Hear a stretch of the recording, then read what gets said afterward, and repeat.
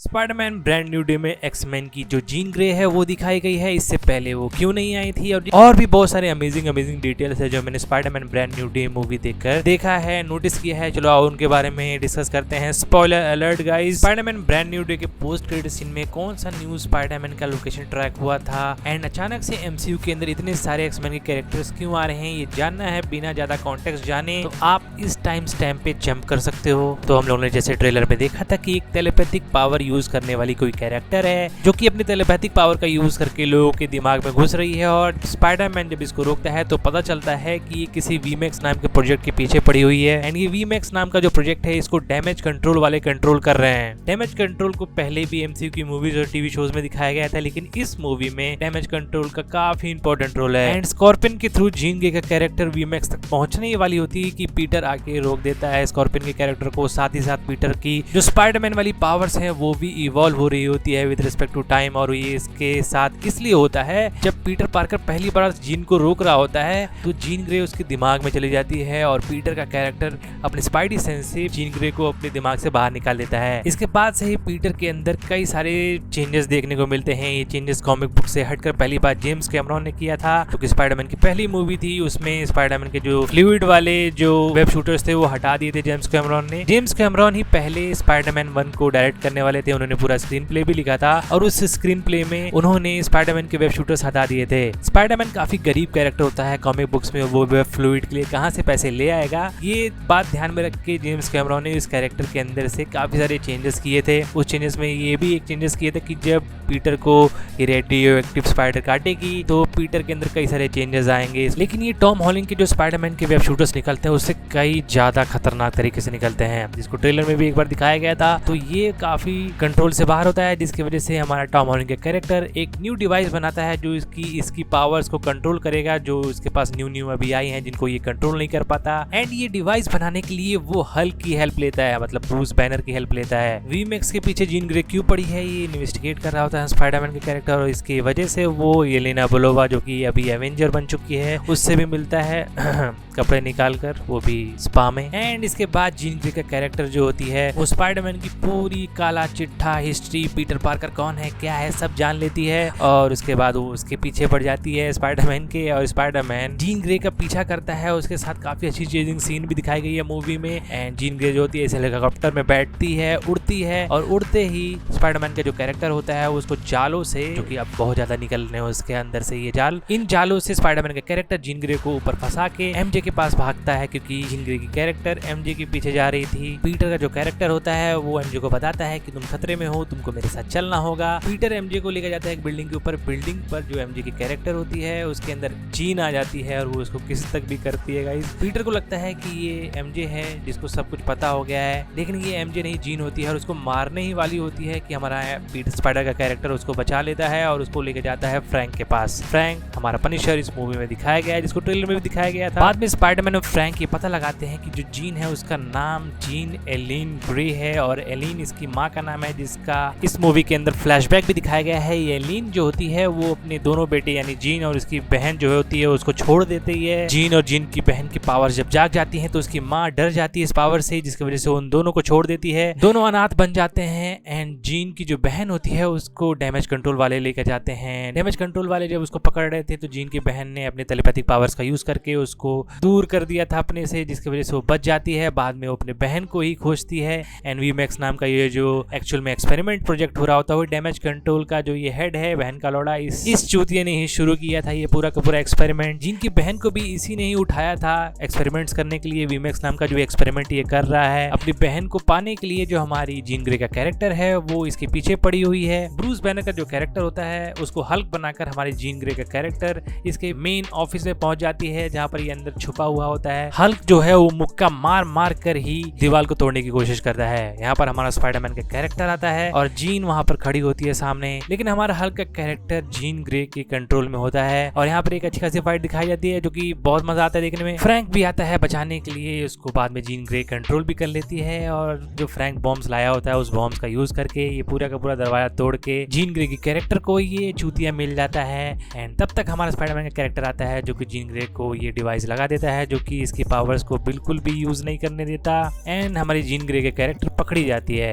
वहीं पर स्पाइडरमैन का जो कैरेक्टर होता है वो लीना के साथ कुछ डिस्कस कर रहा होता है, जिसमें उसको ये पता चलता है कि वो जीन ग्रे की जो बहन होती है उसके पीछे पड़े हैं डैमेज कंट्रोल वाले, और डैमेज कंट्रोल वाले ने जीन ग्रे की जो बहन होती है उसकी पूरी एक्चुअली में हिस्ट्री ही मिटा दी होती है, सरकारी जितने भी रिकॉर्ड्स होते हैं। इससे स्पाइडरमैन को कैरेक्टर को पता चल जाता है कि डैमेज कंट्रोल वाले अच्छे नहीं है, और वो जाता है जीन ग्रे को बचाने के लिए। जब वो वहां जाता है तो जीन ग्रे सबको कंट्रोल कर रही होती है। डैमेज कंट्रोल वाले जीन ग्रे के कैरेक्टर को पकड़ लेते हैं और वही टॉर्चर करते हैं जो उसके बहन के साथ उन्होंने किया था। यहाँ पर ये बात रिवील होती है कि उसकी बहन बिल्कुल भी जिंदा नहीं है। जीन ग्रे जो होती है उसको ये बात पता चलती है कि उसकी बहन के साथ एक्सपेरिमेंट हुआ था, जो एक्सपेरिमेंट ये लोग इसके साथ कर रहे हैं, ये सेम एक्सपेरिमेंट में उसकी बहन मर जाती है, और ये चीज जो होती है वो ट्रिगर करती है उसके पावर्स को, और उसकी पावर्स और भी ज्यादा इनहेंस हो जाती है। वो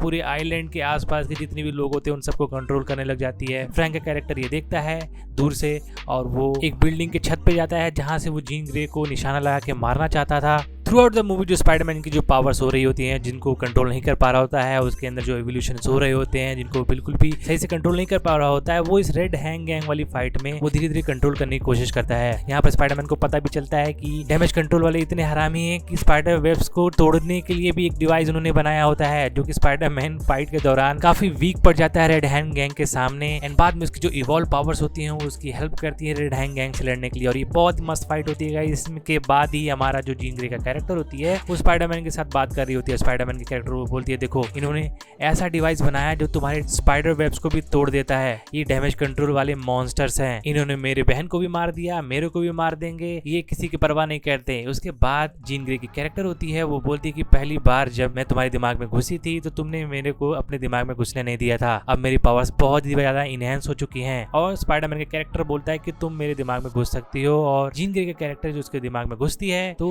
आंट मे का एक सपना होता है, और अचानक से उसी सपने में गोली चलती है, और वो गोली स्पाइडरमैन का कैरेक्टर जो होता है वो देखता है आते हुए, और वो जीन ग्रे को बचाने के चक्कर में वो गोली स्पाइडरमैन को लग जाती है, जिसकी वजह से स्पाइडरमैन मरने की कगार पे पहुंच जाता है। ये गोली एक्चुअली में हमारा फ्रैंक कैसल उस छत वाली बिल्डिंग से चलाया होता है जीन ग्रे के लिए, लेकिन स्पाइडरमैन उस गोली को खा जाता है जीन ग्रे को बचाने के चक्कर में। स्पाइडरमैन को गोली लगने के बाद हमारा फ्रैंक यानी पनिशर का कैरेक्टर बहुत ही ज्यादा भावुक होता है, और इसके बाद दिखाया जाता है कि इस पनिशर का कैरेक्टर उसको अपनी गोद में लेके भाग रहा था हॉस्पिटल के लिए। ये एक्चुअली में एक कॉमिक बुक पैनल से इंस्पायर्ड है पूरा का पूरा सीन। इस इशू के अंदर पनिशर का कैरेक्टर जो होता है वो स्पाइडरमैन को अपनी बाहों में लेकर कैप्टन अमेरिका के एक बेस पर लेकर जाता है और बोलता है get me medicine now. Movie में जो जीन ग्रे का कैरेक्टर है वो एक्चुअली में एक्समैन की एक मूवी आएगी जो कि 28 में या 29 में आए, तो उस मूवी में हमारे एक्समैन के कई सारे कैरेक्टर्स आएंगे जो कि पास्ट में कहाँ थे, इन सारे चीजों के ऊपर काफी अच्छे से एक्सप्लेनेशन उस मूवी में देखने को मिलेगा। मुझको लगता है कि जो लोकी ने ड्रेसिल ट्री बनाई थी जिसमें कई सारे फ्री टाइमलाइंस एग्जिस्ट करते थे,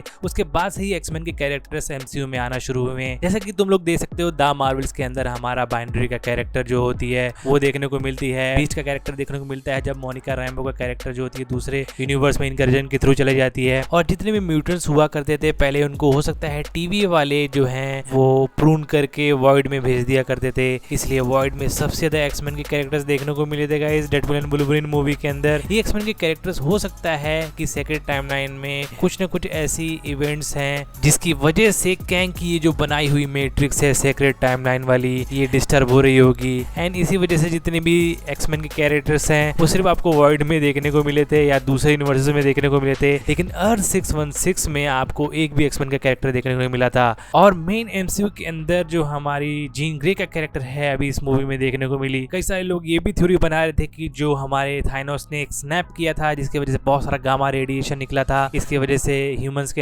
अंदर जो म्यूटेंट एबिलिटीज होती हैं वो ट्रिगर हो गए हैं, जिसकी वजह से म्यूटेंट्स निकल के आ रहे हैं। एंड गेम के अंदर जो हमारा ब्रूस बैनर का कैरेक्टर होता है वो इन्फिनिटी स्टोन्स के इन पावर्स को इसीलिए यूज करता है क्योंकि इनसे जो रेडिएशन निकलता है वो गामा है। But the radiation's mostly gamma. It's like I was made for this. और देख सकते हो तुम लोग उसका हाथ भी उसमें खराब हो गया होता है। ये गामा रेडिएशन जो होता है शायद हमारा ब्रूस बैनर का कैरेक्टर अच्छे से ऑब्जर्व नहीं कर पाया और ये रेडिएशन पूरे के पूरे अर्थ पर या पूरे के पूरे इस रियलिटी में फैल गया, जिसकी वजह से म्यूटेंट पावर्स ट्रिगर हो गई ह्यूमंस के अंदर जो हजारों साल से रुकी हुई थी। हालांकि ये बस सिर्फ एक थ्योरी ही है गाइस, ठीक है। जीन ग्रे के कैरेक्टर को इससे पहले भी एक्समैन की मूवीज में दिखाया गया था और उस मूवी में वो फ्यूनिक्स पावर्स को इनहेरिट करती है एंड फर्स्ट क्लास के अंदर भी हमारी जो जीन ग्रे का कैरेक्टर है वो भी फ्यूनिक्स पावर्स को इनहेरिट करती है, जो कि काफी कमाल की ओमेगा लेवल विलन है गाइस। हो सकता है यही जीन ग्रे का कैरेक्टर ही हो जो कि जितने भी ह्यूमंस हैं उन सब के अंदर का जो म्यूटेंट एबिलिटीज हैं उनको ट्रिगर कर दे, जिसकी वजह से एक्समैन के कैरेक्टर्स एमसीयू में भी आने लगे। ध्यान रहे यही जीन ग्रे का कैरेक्टर है जिसने स्पाइडरमैन के दिमाग में पहली बार घुसी और उसके बाद से ही स्पाइडरमैन की जो स्पाइडर एबिलिटीज है उनके अंदर म्यूटेशन होना शुरू हुआ था। हालांकि इस कैरेक्टर से पहले भी जो कमाला खान है और न्यूमोर का कैरेक्टर है इनकी भी जो बैक स्टोरी दिखाई गई थी उसमें भी वो लोग एक तरह के म्यूटेंट ही दिखाए गए थे। वो पैदा तो नॉर्मल होते हैं लेकिन उनके अंदर की जो पावर एबिलिटीज होती हैं वो जाग जाती है, जिसकी वजह से वो एक सुपर हीरो बनते हैं गाइस। मूवी के पोस्ट क्रेडिट सीन में हमारा जो स्पाइडर ट्रैकर होता है वो दिखाया जाता है और वहां पर एक न्यू स्पाइडरमैन की लोकेशन डिटेक्ट होती है और इसका कोई लोकेशन फाउंड नहीं होता है। एक नया तरह का स्पाइडरमैन हो सकता है गाइस दिखाया जाए, हो सकता है वो टोबी का कैरेक्टर हो सकता है, वो एंड्रू गारफील्ड वाला स्पाइडरमैन हो, ठीक है, कोई भी हो सकता है। और लिखा हुआ आता है स्पाइडरमैन विल रिटर्न। यानी जो न्यू स्पाइडरमैन का लोकेशन ट्रैक हुआ है ये इनकर्जन की वजह से ही आएगा। इनकर्जन दो यूनिवर्सेस आपस में टकरा रहे हैं, द मार्वल्स में हुआ था, नो वे होम के अंदर भी हुआ था, अब ये दोबारा थंडरबोल्ट्स में हुआ था नो वे होम के बाद, जिसमें फैंटास्टिक फोर की टीम आएगी जिसको तुम लोगों ने ट्रेलर में देखा है। एवेंजर्स डूम्सडे का एक सिनॉप्सिस लीक हुआ था जिसमें ये कंफर्म हो गया था कि टोबी मैगवायर का जो कैरेक्टर है वो भी होगा एवेंजर्स डूम्सडे के अंदर, तो मे बी टोबी मैगवायर का कैरेक्टर हो सकता है गाइस। एवेंजर्स डूम्सडे का जो ट्रेलर आया था उसमें 3 यूनिवर्सेस का इनकर्जन दिखाया गया था जिसमें से 2 यूनिवर्स तो कंफर्म है, एक है फैंटास्टिक फोर जो कि आते हैं हमारे यूनिवर्स में, थंडरबोल्ट्स के पोस्ट क्रेडिट सीन में दिखाया भी गया था और उन लोगों को ट्रेलर में भी दिखाया गया था। 2 यूनिवर्सेस कंफर्म हो चुके,